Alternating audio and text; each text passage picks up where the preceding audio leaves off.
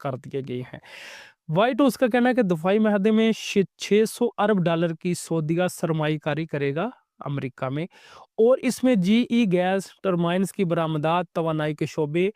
$14 ارب 20 کروڑ کا معاہدہ ہے، اور اس میں $4 ارب 80 کروڑ صرف 737 جو طیارے ہیں جنگی ان کو خریدنے کے اوپر صرف کیے جائیں گے۔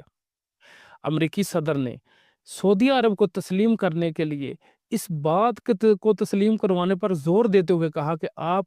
اسرائیل کو ہر لحاظ سے اور ہر میری یہ کوشش ہے کہ آپ اس کو تسلیم کریں۔ اگر سعودی عربیہ اسرائیل کو تسلیم کر لیتا ہے تو پھر انہوں نے کہا کہ آپ کو معاہدہ ابراہیمی، جو ایک معاہدہ ان یہودیوں کا اور عیسائیوں کو ایک کمپین ہے جو چل رہی ہے، اس کے اندر انہوں نے کہا کہ آپ کو اس میں شامل کر لیا جائے گا۔ اس وقت 4 روز کے دورے کے اوپر ہے امریکی صدر، اور یہ دورہ سعودی عربیہ سے ہوتے ہوئے قطر جائے گا، قطر سے ہوتے ہوئے پھر دبئی میں جائے گا، پھر یہ 4 دن کا اختتام ہوتے ہوئے ڈونلڈ ٹرمپ جو ہے واپس اپنے گھر کو پہنچ جائیں گے۔ اور اس